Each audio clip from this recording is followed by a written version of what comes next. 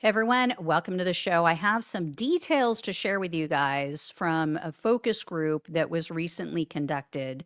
Actually, there were a couple that were conducted. Some I have videos for you. But anyway, this should have Trump and his MAGA Republican bootlickers hyperventilating. In this video, I have some clips to share with you from the most recent focus group podcast that's conducted by Sarah Longwell. And then in another video that I'm going to be sharing with you at another time, I have a bunch of quotes from, it's a group called Navigator Research. They do polling, but they also do focus groups. And they did one specifically with Trump voters who voted for him in 2024 and completely regret their choice. So the first people that you're going to hear, these are swing voters.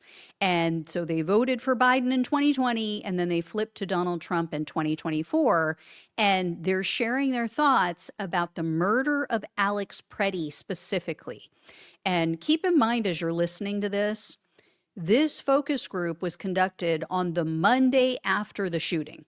So people in this group may not even know all the details yet because, as you guys know, everything hadn't really trickled out yet. People were busy on the weekend, maybe not paying attention to the news. So keep that in mind and take a look and listen. For the ICE, I'm all for get the criminals out, but the way they're approaching and separating families and the killings and like getting a little kid from schools, and I'm against that.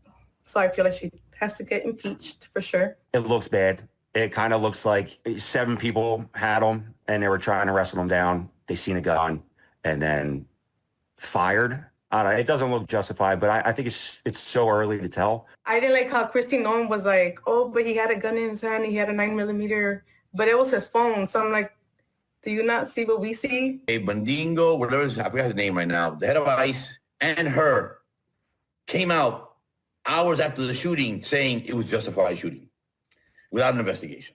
So right away, antenna goes up and you're like, uh-oh. I've seen a video this morning. You see the ICE officer remove the gun from the holster of, he's a male nurse.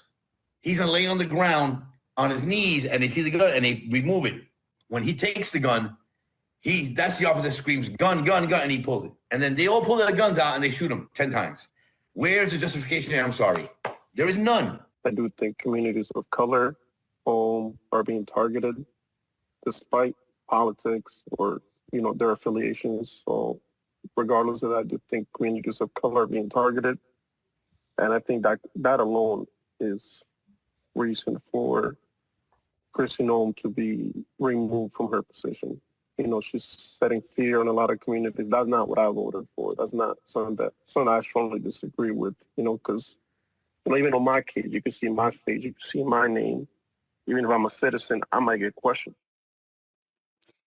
So that was just a few of the comments. And as you guys heard there, these Trump 2024 voters, they want Kristi Noem to be impeached and removed. And then I'm also going to play for you guys some comments from Trump 2024 voters who didn't vote for Biden in 2020. They didn't elaborate, so I don't know if these people voted for Trump previously, if they didn't vote at all, if it was a mix. I don't know. It wasn't specified. So these people that you're going to hear next are more partisan. They're not the swing voters who, sometimes vote for Democrats. So here's what they had to say when they were asked about ICE and the tactics that they're using. Not abolish ICE, just because from the simple fact, obviously the way Trump's using it now, it kind of seems like his own little private police force. The fact that they don't have to show their faces, can you imagine any other country, if they would have shown us a video from, name your country, I don't care, Guatemala, their police wear masks. What are you talking about? Their police wear masks? That makes no sense.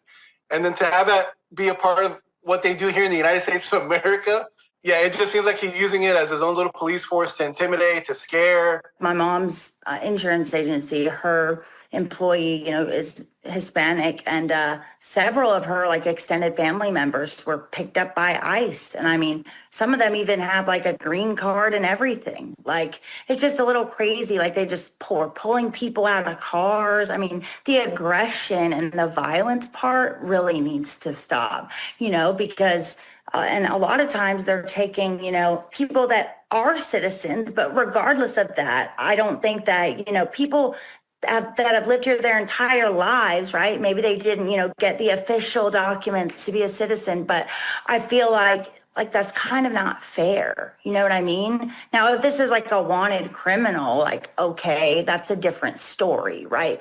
But the violence, regardless, needs to stop. I mean, they have tasers they can use. They can go into people's houses without having a certain type of warrant and detain people. I just think that is very reminiscent of the Holocaust time, in my opinion. You know, searching and seizing people like without having the proper paperwork. I did read about the young child this morning as well, who was used as bait to capture his father and I think one other person in the household. I feel like that's a little excessive. So, yeah, even some Trump voters want to abolish ICE.